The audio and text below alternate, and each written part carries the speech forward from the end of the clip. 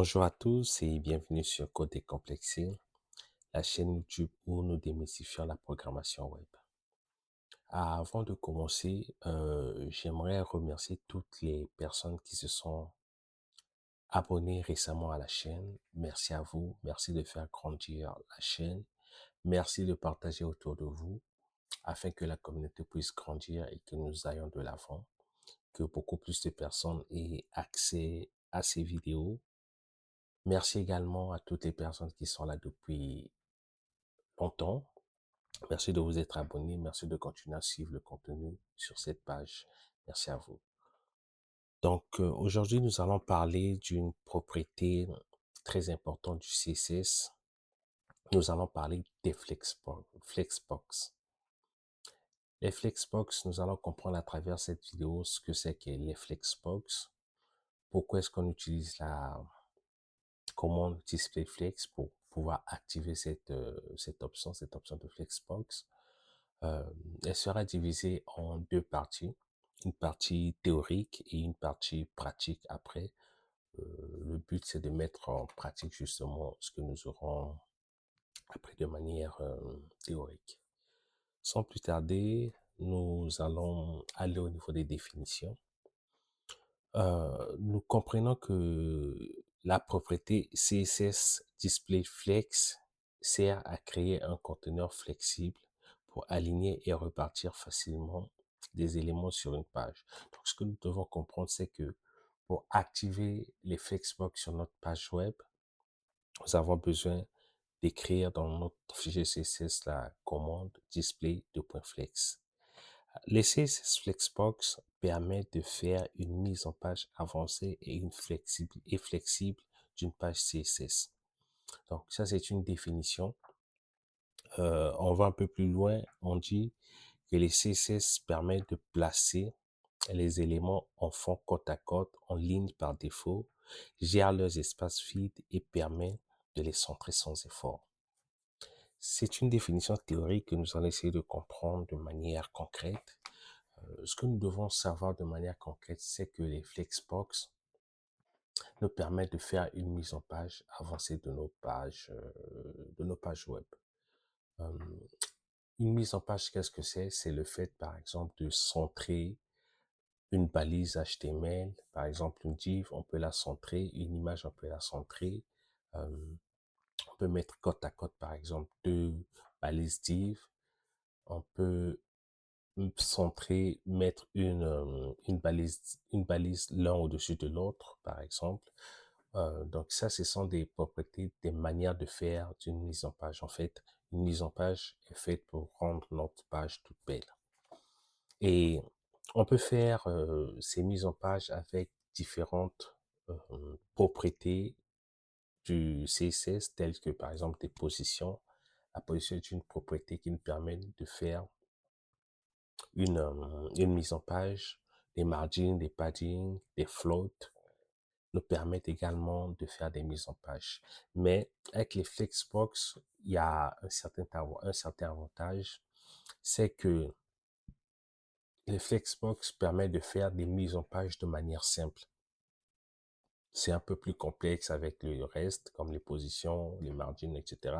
Avec les Flexbox, c'est quelque chose de simple, qu'on peut faire des mises en page avancées, mais de manière très simple avec un certain nombre de commandes uniquement. Et c'est une manière moderne de pouvoir faire des mises en page également. Donc, comment est-ce que le Flexbox ou les Flexbox fonctionnent? Les Flexbox ont besoin d'un conteneur parent. Donc, l'élément qui reçoit la commande displayFlex devient le chef de groupe. Ses enfants directs s'adaptent et bougent selon ses règles. L'axe principal, les éléments se rangent par défaut sur une ligne horizontale de gauche à droite. Ce qu'on doit comprendre par là, c'est quoi? C'est que pour travailler avec des Flexbox, nous avons besoin d'avoir un conteneur parent qui va dire à ses enfants comment est-ce que je voudrais que vous soyez affichés sur ma page. Par exemple, on peut avoir deux boutons. Euh, Deux boutons, on va les mettre dans un conteneur parent. Et le conteneur parent va dire, voilà, vous êtes mes descendants directs, donc vous êtes mes enfants et j'aimerais que soyez placés côte à côte, par exemple. J'aimerais que vous soyez placés un au-dessus de l'autre. J'aimerais que si vous êtes côte à côte, que vous soyez un au début, l'autre à la fin, et qu'il y ait de l'espace vide au milieu, ou encore, je voudrais que vous soyez centrés. Et l'espace vide, je veux un espace vide de tant de pixels, etc. Donc, avec le conteneur principal, nous utilisons la commande displayFlex euh, pour activer le Flexbox justement pour dire que celui-ci est le parent et il doit donner des instructions à ses enfants. Et par défaut, quand on met displayFlex, toutes les balises qui sont dans le conteneur parent, qui sont inclus à l'intérieur, sont par défaut sur une même ligne horizontale, de gauche à droite. Elles sont pas verticales, un au-dessus de l'autre, mais dès qu'on met display flex, elles sont horizontales. Alors, pour mieux comprendre la chose, on va aller dans des exemples sur des projets sur lesquels j'ai déjà travaillé. On regarde par exemple ce projet, c'est un site e-commerce. On voit qu'on a une image et puis un texte qui sont bien centrés et on peut dire qu'il y a un parent dessus d'eux qui dit à ses enfants, OK, premier enfant, les deux enfants, j'aimerais que vous soyez placés côte à côte. Premier enfant, voici, tu seras là. Deuxième enfant, tu seras là. Et au milieu, j'aimerais de l'espace. Ici également, c'est un flexbox, par exemple. On a un parent imaginaire, on peut imaginer un parent ici, et puis un enfant à l'intérieur. Donc, le parent dit à son enfant unique, j'aimerais que tu sois bien centré sur l'écran, sur l'image, sur la page web complètement. Et on peut venir sur un autre exemple. Ici, on a deux boîtes, deux balises en tout cas, qui sont côte à côte. On a ici, par exemple, deux différentes cartes qui sont côte à côte, etc., etc. Donc, par exemple, ici, c'est mon site portfolio. Et mon site portfolio, pour faire une mise en page de cette manière, j'ai utilisé des Flexbox. Donc, c'est le principe que je vais apprendre ou je vais montrer dans cette vidéo pour pouvoir faire ce genre de développement beaucoup plus facilement. Alors, nous allons passer à la pratique pour mieux comprendre les choses. Ce que nous allons faire, je vais aller dans mon dossier. Je crée un nouveau dossier, je vais dire Exo Flexbox. Alors, nous allons aller sur Visual Studio Code, donc éditeur de code, pour pouvoir créer un fichier HTML et un fichier CSS afin de pouvoir utiliser ces Flexbox. Nous allons faire juste quelques commandes pour pouvoir voir exactement à quoi peut ressembler le display Flex. Une fois créé, je vais ouvrir dans le terminal, clic droit, après clic droit. Dans le terminal, je tape tout simplement code. Alors, qu'est-ce que ça fait? Ça ouvre automatiquement l'éditeur Visual Studio Code de mon côté. Je vais fermer ici, je ferme également. On a notre Explorer qui est là. Ce que je vais faire, je vais travailler avec lui et on va fermer tout ceci. Voilà. Ce que nous allons faire, nous allons créer dans notre dossier ici un premier fichier HTML. On va dire index.html. Ensuite, nous allons créer un fichier CSS, style.css.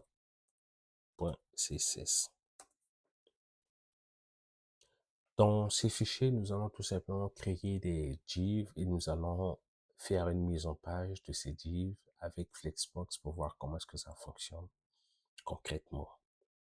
Donc, si je viens ici, par exemple, je vais dans mon fichier HTML, je vais créer un raccourci qui va directement me créer les fichiers de base, en tout cas les commandes de base pour toute page web. Et je vais mettre comme titre cours Flexbox, par exemple. Parfait.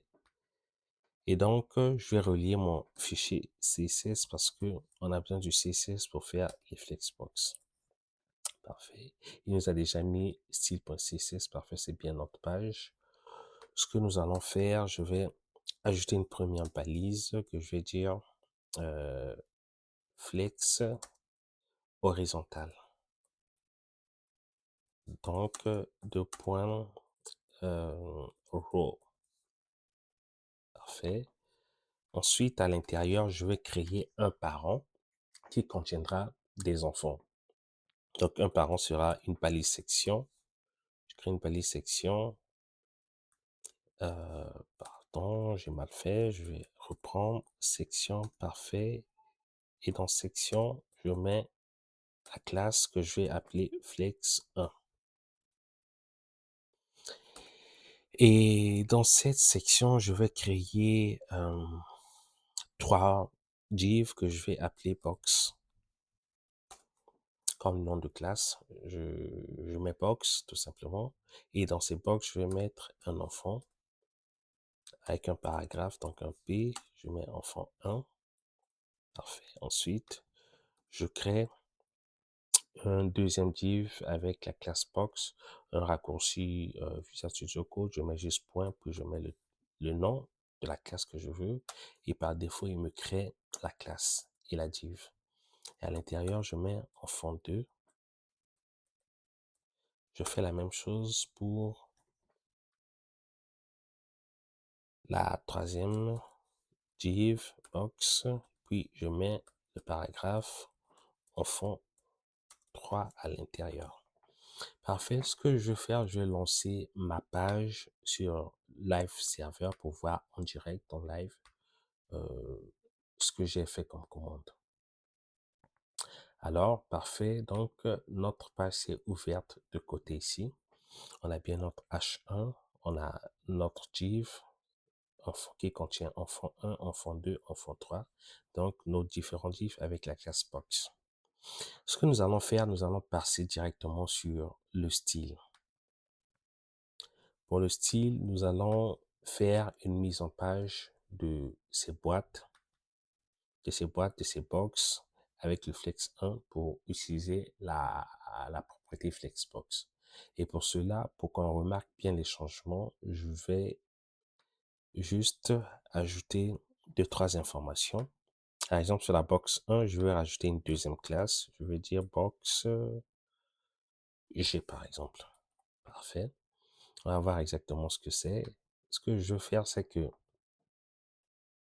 pour qu'on voit bien la différence, je vais mettre ma classe Flex 1 avec des bordures pour qu'on regarde et on voit tous les changements qu'on aura fait.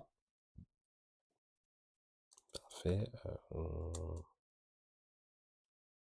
Donc, parenthèse, ok, j'ai un petit problème avec mon clavier.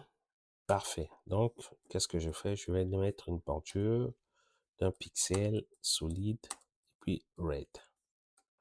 Qu'est-ce que ça fait? On a tous nos enfants qui sont dans un parent qui est la section. Et donc, je vais configurer mes enfants. Ils ont tous la propriété box. Je vais mettre une bordure de 1 pixel solide et puis je vais dire black. Parfait. Ensuite, je vais tous les ajouter un width, une largeur de 30 pixels. 30 pixels, c'est petit, alors je vais mettre un pourcentage, je vais dire 20%. Comme ça, ok, on a des plus grandes. Et ensuite, je vais ajouter un background à tout le monde. Background color, je mets black. Et puis, on a un color, donc ils seront tous en white. Parfait. Là, nous avons notre configuration. Nous avons enfant 1, enfant 2, enfant 3 qui sont dans des box noires. Ce que je vais faire, je vais rajouter box G. Je vais mettre une longueur un peu plus... je vais dire par exemple que toutes les box, ils ont une 8 de 40 pixels. Oh, j'ai mal écrit, 40 pixels, parfait. Même 50 peut-être.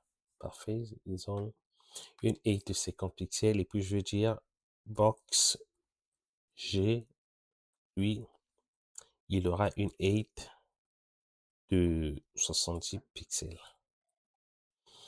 En principe, le deuxième enfant est plus grand sur la hauteur que les autres. Donc là, qu'est-ce que nous allons faire? Nous allons appliquer le Flexbox à notre...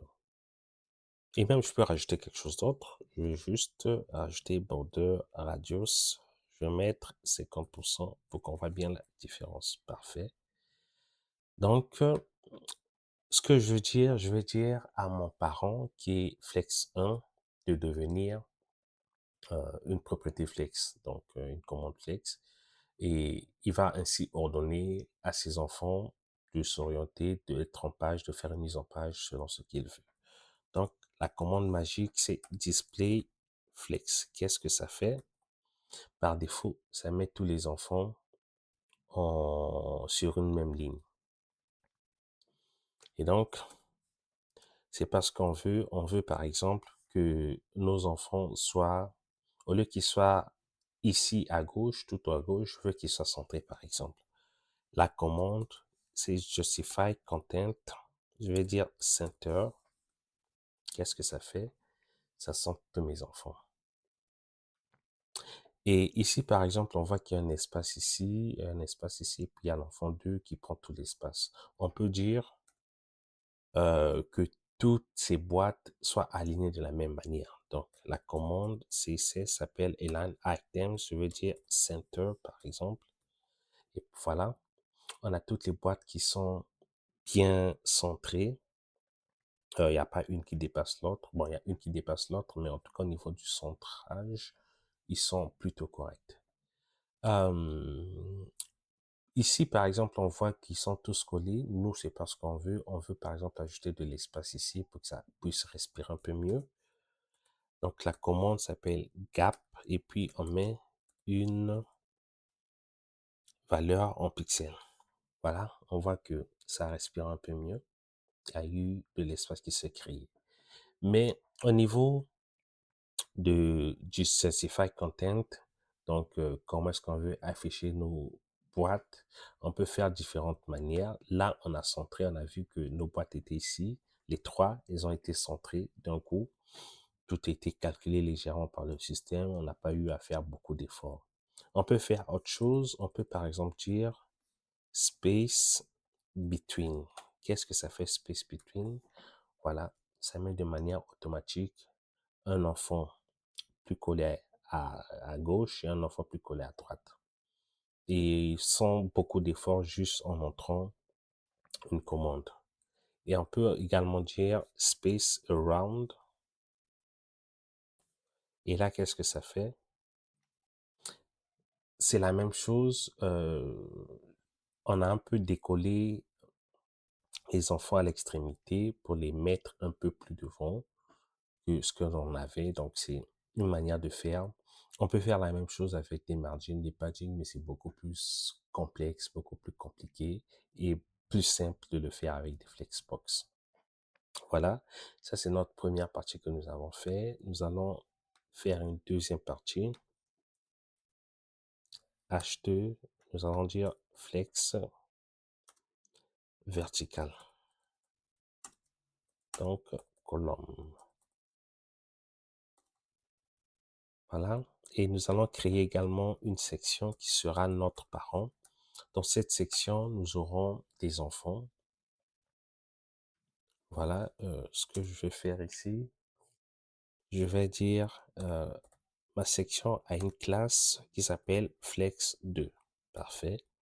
Et donc, dans Flex2, qui est mon parent, je vais ajouter .box. Et à l'intérieur, je mets enfant 4, par exemple. J'ajoute deux autres enfants. Box. Je mets fois 2, par exemple. Est-ce que ça a marché? Parfait. Et puis, j'ajoute un premier enfant. Donc, enfant 5. Puis, enfant Pardon, j'ajoute un paragraphe, enfant 6. Parfait, donc nous avons également 3 boîtes que nous avons générées. Du coup, nous allons travailler là-dessus et donc nous allons faire la même chose. Nous allons dire que ces boîtes, j'aimerais qu'elles soient en flexbox, mais d'une manière différente. Je veux pas qu'elles soient sur l'horizontale, je veux qu'elles soient en colonne, par exemple. C'est la deuxième manière de faire le flexbox. Juste, je vais revenir là-dessus. Ici, on a oublié une propriété qui s'appelle flex direction. En fait, dès qu'on tape display flex par défaut, il nous crée des flex en horizontal comme ça. Maintenant, on peut dire flex direction, on peut dire row. Qu'est-ce que ça fait quand on enregistre? Rien n'a changé parce que on dit que la direction que l'on veut pour nos enfants, je veux qu'elle soit en ligne. Donc, on a enfant 1, enfant 2, enfant 3 qui sont sur la même ligne. Mais ce qui se passe, c'est que on peut aussi dire, donc on va travailler sur Flex 2 maintenant, on peut changer la direction de nos flex, de nos boîtes de nos enfants. On va dire, Flex 2, j'aimerais que tu t'affiches en Flex, s'il te plaît. Parfait. Qu'est-ce qu'il fait par défaut?